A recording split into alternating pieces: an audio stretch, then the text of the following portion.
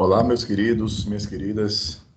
Bom dia, boa tarde, boa noite, já que essa aula vai ficar gravada e vocês irão poder assistir a todo instante.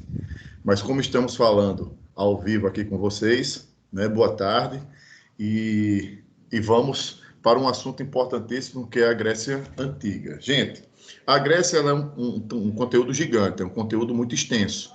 E por ser um conteúdo extenso, o que é que nós vamos ter? Né? Nós temos na prova do Enem alguns temas que são importantíssimos. Então, quando nós falamos em Grécia, a Grécia é dividida em 5 períodos. O chamado período pré-homérico,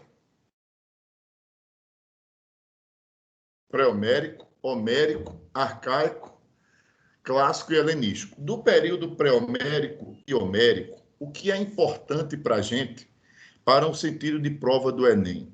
Primeira coisa é você ter na cabeça a história da Guerra de Troia.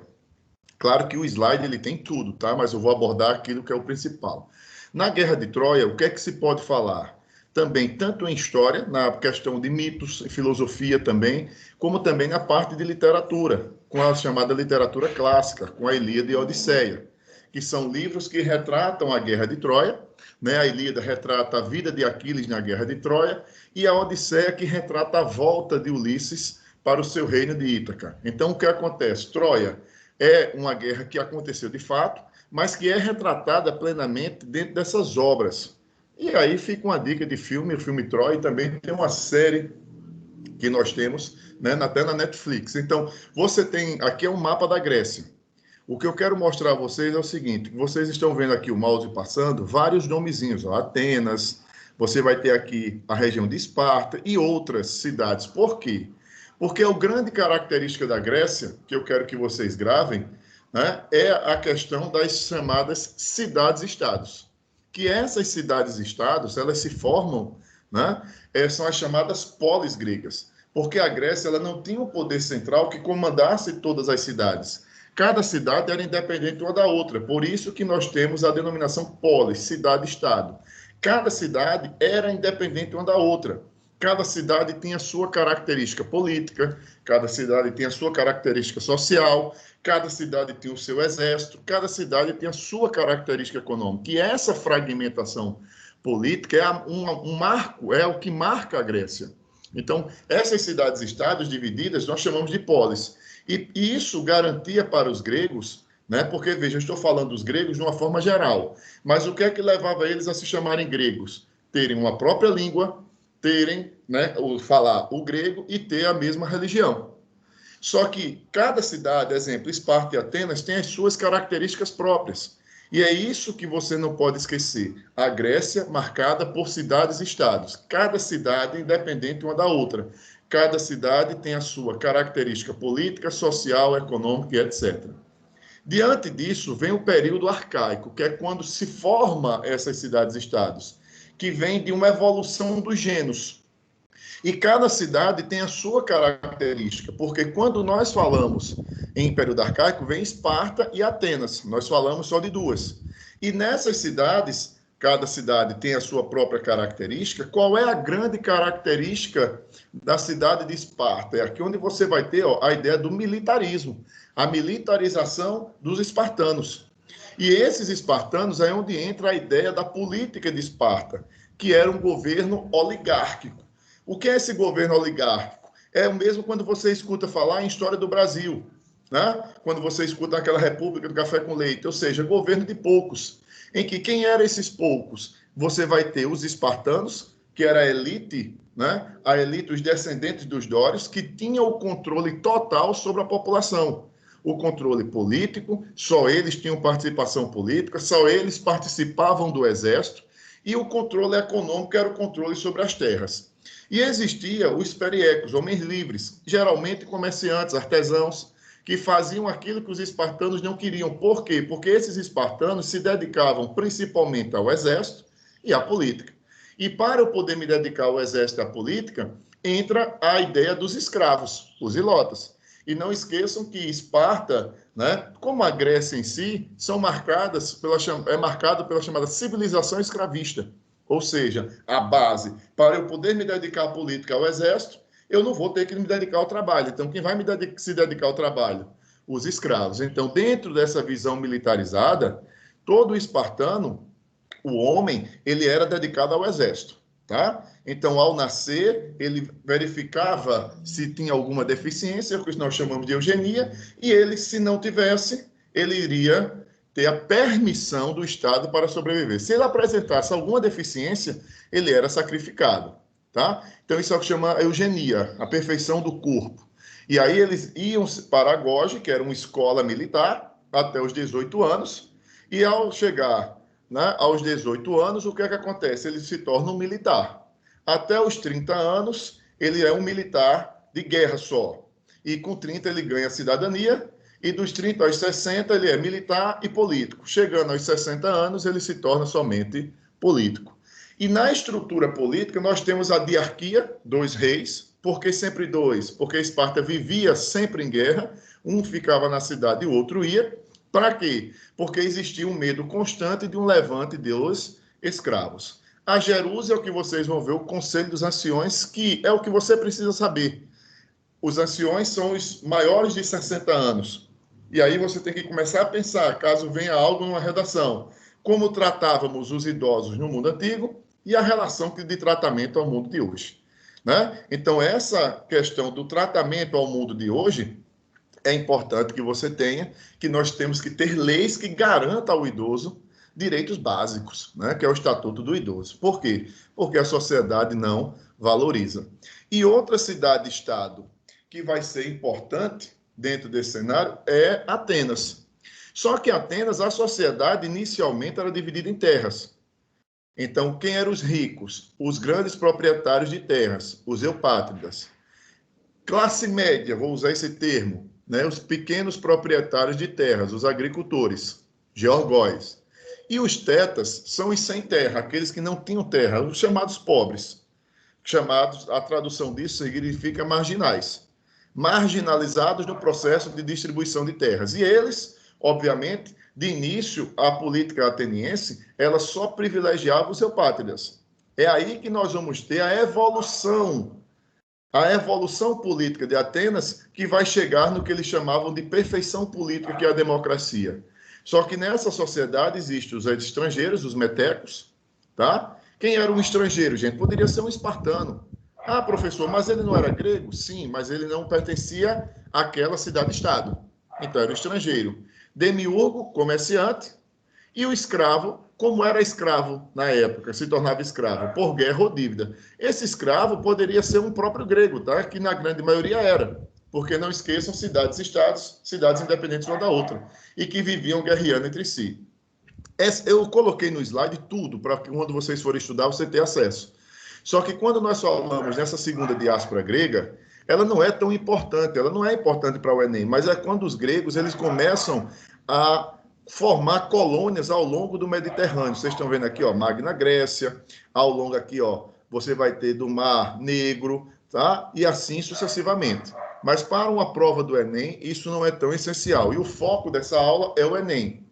E vem a democracia, que aqui sim, aqui é importantíssimo. Quando falamos da democracia, primeira coisa, a tradução é o governo do povo, né? Qual é a ideia que nós temos na democracia? É você ter a isonomia. A isonomia é o quê? Quem é o cidadão? O homem ateniense. Esse homem ateniense, do rico ao pobre, veja, a nossa questão política, o nosso voto, o meu, o seu, é igual ao de qualquer pessoa no Brasil. Tem o mesmo peso. Cada um voto é um voto. Então, isso é a chamada isonomia, certo? E que, com a democracia, estabelece o direito do cidadão de ter o seu direito ao voto, e seu voto igual a qualquer um. Outro termo que eu quero que vocês coloquem na cabeça é isocracia. Isocracia é o direito do cidadão de exercer o direito de propor e votar a lei. Por isso que a democracia é uma democracia direta. Quando você diz, professor, que é a democracia direta? É que você que está assistindo a aula poderá propor uma lei e você mesmo votar a lei. Hoje nós não temos isso. Quem propõe as leis, na sua grande maioria da parte, são os deputados e senadores. E são eles que propõem e eles que votam. Democracia indireta. Na legislação brasileira há uma possibilidade, mas isso eu não vou entrar no mérito disso aqui.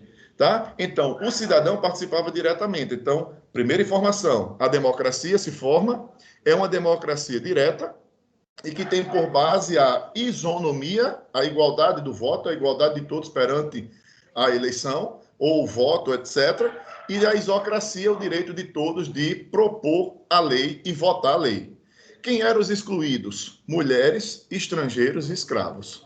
Isso aí você não pode. Por isso que a cidade de Atenas e a democracia de Atenas, ela é tida como uma democracia excludente, porque a maior parte da população vivia excluída desse sistema eleitoral. Pense hoje, em média, você tem 52% do eleitorado brasileiro é mulher, são mulheres.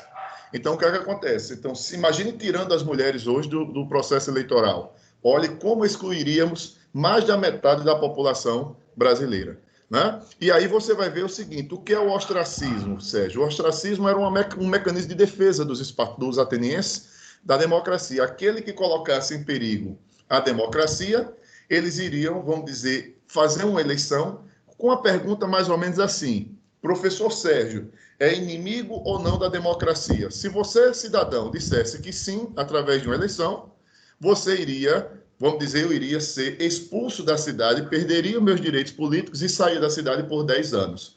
Qual é o intuito disso, Sérgio? Enfraquecer politicamente o meu nome.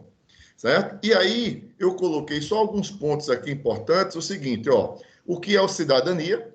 Vocês leiam isso, dê uma pausa, dê uma lida, mas o que é ser cidadão no mundo antigo? Era participação política. Mas ao termo cidadania, que isso aqui vocês vão ver também em sociologia, vocês vão ver hoje, significa o leque, abrange muito mais o conceito, que é basicamente a ideia de você, numa cidade, ter direitos e obrigações. Então, você que está assistindo a aula, independente de você ter ou não o título de eleitor, você é um cidadão, tá? Você pode não ter ainda, estar contido no leque que abrange o direito ao voto, né? Pela questão de idade. Mas você vai ter aqui, ó, você tem os seus direitos, o direito de participar quando chegar o momento e as obrigações. E uma das obrigações suas é a obrigatoriedade de participar do processo eleitoral. Como eleitor, ou como até candidato, certo? E aqui eu coloquei o artigo da Constituição só para que vocês entendam uma coisa. A soberania do povo, todo mundo já ouviu falar, o poder emana do povo. Mas como é feito o exercício desse poder do povo? A soberania popular será exercida pelo sufrágio universal, que é isso, é o voto, direto e secreto. E ó a isonomia que eu falei para vocês, valor igual para todos. E quem faz parte do processo eleitoral do Brasil? O voto, ele é obrigatório, certo? O voto é obrigatório aqui, olha, tá vendo, ó? E facultado para os analfabetos maiores de 70 anos, é facultado. E vale salientar que os analfabetos, eles ganham direito ao voto nessa Constituição de 88. E para os adolescentes, o que a gente diz assim, os maiores de 16 e menores de 18 anos. E vem a ideia do artigo 5º, que é só para explanar para vocês a isonomia plena entre homens e mulheres, porque ele pode usar isso numa prova, falando dos direitos das mulheres hoje, do direito da mulher antigamente. Né? Então, homens e mulheres são iguais perante a lei. Quando é que isso acontece no Brasil? Constituição de 1988. Porque até então o Brasil era uma sociedade, por lei, considerada patriarcal, como no mundo antigo, certo? E aí, a partir de 88, nós temos homens e mulheres sendo colocados em pé de igualdade, em obrigações e direitos, ok? Beleza? Aí eu coloquei só umas chargezinhas aqui, que não esqueça que o Enem ele cobra muito isso, para vocês terem uma noção, né? Que isso é um texto, vocês vão interpretar, porque, como eu disse, ser cidadão, você tem o direito e a obrigação. Então, nós temos direitos. Direito o quê? Ó? Aí vocês vão fazer a análise de vocês em casa. Educação, saúde, segurança. A saúde aqui, ó, e a ideia da educação como o grande fator de cidadania. E você pega que isso ainda é um problema no nosso país, né? No nosso país e na grande maioria do mundo, né? O tripé, saúde, segurança e educação, né?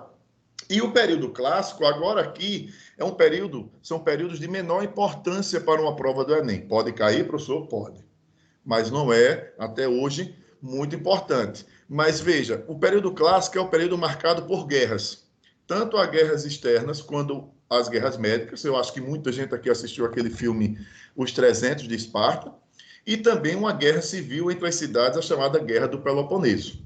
É o período de apogeu da Grécia e, ao mesmo tempo, um período de decadência. Então, quando nós temos as guerras médicas, as guerras entre os gregos versus os persas, é quando os gregos, eles, vamos dizer, vão ser invadidos pelo maior império do mundo até então, que é o Império Persa. Primeiro é o rei Dario, na Batalha de Maratona, que é só uma batalha, ele tenta desembarcar tropas e perde. E Xerxes, que movimenta um exército gigantesco, filho de Dario, para invadir. É nesse contexto que você tem aquele filme 300, tá? Que faz referência à Batalha das Termópilas, em que eu não vou entrar no mérito das batalhas por conta do tempo, né? Mas eu quero que vocês observem o seguinte: os persas invadem com um exército gigantesco e as cidades-estados eram independentes uma da outra. E cada cidade, teoricamente, teria que começar a combater sozinha. Só que era um suicídio, né? Era loucura. E é aí que os gregos se unem, mas não vão se unir politicamente formando um Estado só. Eles vão unir militarmente para poder enfrentar o Império Persa. Quem vai estar à frente dessa Liga de Delos, uma aliança militar? Vai ser Atenas, no mar, principalmente, e por terra, o Esparta. Então, as cidades, elas juntam os seus exércitos e todas irão sustentar o exército. Os persas perdem, e aí imagine, a Grécia, um território bem pequenininho, vence o maior império do mundo. Quem se torna agora a grande liderança do mundo? Aqueles que lideram os gregos, Esparta e Atenas. Só que Atenas, como sua característica econômica era o comércio marítimo, Atenas se torna a maior potência marítima do mundo antigo. E ela começa um processo de dominação da própria Grécia. E aí Atenas impõe a algumas cidades, não todas, a Liga de Delos. O que é isso? Vamos manter a aliança. Você vai ter que juntar o seu exército ao meu. Além disso, você vai pagar para mim tributos. E isso é uma chamada política, o quê? Imperialista. E a cidade de Atenas, ela se enriquece tanto dominando as cidades, como ao mesmo tempo pelo comércio marítimo. E aí é quando nós temos a cidade riquíssima, ela vai se embelezar. Fiz questão de colocar aqui o Paternon, né, uma foto atual, mas não foi só feito o Paternon, eles vão embelezar, vão fazer muralhas na cidade, vão fazer prédios como o Paternon, praças e teatros e assim sucessivamente. E agora, o grande ponto é o aprimoramento da democracia, que é quando o cidadão ele passa a ganhar para poder participar da política. Não é ganhar um salário, como a gente é acostumado a sempre pensar. Vamos dar um exemplo, o Estado vai custear, certo, a sua participação política. Então, se você tem um gasto, vamos imaginar, de R$ 100 para participar das eleições, o Estado irá bancar você. Qual é a ideia? É a cidadania plena. Mas não é a cidadania plena de todo mundo participar. Não esqueça que a democracia é excludente. Mas quem tem o direito à cidadania, o cidadão, não deixa de participar. E é aí que nós vamos ter uma coisa simples, né? Um começa a crescer e o outro vai reagir. Quem eram as duas potências? Atenas e Esparta. Esparta começa a ver a expansão da Liga de Delos, lideradas por Atenas, começar a ver como um problema para a sua sobrevivência. E é aí que Esparta começa a se aliar, tanto por questões políticas, como também pelas armas, por outras cidades gregas, formando a Liga de Delos, ou desculpe, a Liga do Peloponeso. E isso vai gerar no mundo grego o quê? Uma briga, Liga de Delos, liderado por Atenas, e Liga do Peloponeso, liderado por Esparta. E isso vai gerar o quê? Uma guerra civil. E essa guerra civil dura décadas. E essa guerra, mesmo Esparta vencendo, né, vai ter um vencedor, que é Esparta, mas mesmo vencendo, Esparta se destrói também. É aquela, dois cachorros grandes brigando. Um vai sair vencedor, mas vai sair todo quebrado. E esse enfraquecimento da Grécia, nós chamamos de suicídio grego, porque eles se matam tanto, se enfraquece tanto, que favorece a serem dominados por um povo bem simples, Ó, um povo, quando eu digo simples, de tamanho territorial, que eu vou botar aqui esse mapa, ó, que é a Macedônia. Mas o que era o Império Persa que eles conseguiram vencer? Gente, era isso aqui, ó, o Império Persa, basicamente isso tudo, ó. Isso aqui é o mapa do Império de Alexandre. Mas, basicamente, o Império Persa era isso aqui, ó, onde eu estou aqui passando o mouse para cá. Isso aqui tudinho, ó. Então, como é que eles ganham dos persas e perdem para a Macedônia? O suicídio grego. E no momento que eles perdem para a Macedônia, o rei Filipe, vale salientar, existe um filme muito bom, Alexandre o Grande, e esse filme, que é Alexandre, esse filme mostra isso que eu estou falando para vocês. O pai de Alexandre, o rei Filipe, ele domina a Grécia, incorpora a cultura grega. E ele começa a se intitular grego. E aí fica uma dica: todos os povos que dominaram a Grécia, eles sofrem influência da cultura grega. Tá? Sofrem influência da cultura grega. Então, isso aí é tanto que a cultura grega ela chega até os dias de hoje para a gente. Isso aí na filosofia, né? A questão da matemática, a própria democracia, é o nosso sistema, né? Político. E aí o que é que acontece? Quando o pai de Alexandre, Filipe, morre, Alexandre é um cara com 19 anos, ele assume o trono e vai começar a colocar em prática um plano de dominar o Império Persa. E ele vai entrar em batalhas e vai vencer o Império Persa, construindo até então o maior império que o mundo já viu. Só que qual é a grande característica da construção do Império de Alexandre, quando ele domina o Império Persa? É que ele vai levar a cultura grega para o Oriente. E a cultura grega, como ele leva? Patrocinando casamento, escolas, criando cidades. Então ele leva o modo de vida grego para o Oriente. Só que essa ida de Alexandre para o Oriente e essa cultura entrando, ela começa, você vai ter o seguinte, vamos imaginar aqui, ó, uma briga de culturas. Só que no lugar da cultura grega vencer a cultura oriental, ela vai simplesmente se juntar. Então, eles começam a viver uma vida mantendo características da cultura oriental e começa também a juntar essas características da cultura grega, formando uma nova cultura, que é a chamada cultura helenística, que vocês acabam vendo aí em filosofia. Então, o Império de Alexandre, então, quando nós falamos em Alexandre, ele vai ter por base essa dominação do Oriente e vai, obviamente, levar o modo de vida ocidental, grego, para o Oriente. E aí, eu só aqui, essa é uma pintura de Alexandre com o seu cavalo Bucéfalo, tá? Ficam para a história, isso aí vocês podem ver até nesses joguinhos de pergunta. E aqui o Império de Alexandre, que chegou a dominar até territórios da Índia. Veja a extensão do território de Alexandre. Quando ele morre, os generais começam a dividir esse território e o Império de Alexandre entra em decadência. E é quando, basicamente, teoricamente, não é instantâneo, nós estamos tendo a ascensão do Império Romano, que é o nosso próximo tema.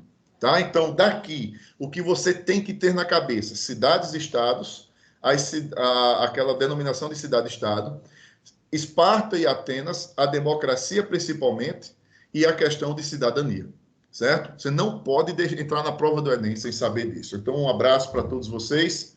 Qualquer dúvida, você entra em contato. Meu Instagram é Prof. Sérgio Augusto, e aí você pode mandar as dúvidas por ele, tá? Ou pelo chat aí do Moçada que Agita. Então, um abraço bem grande.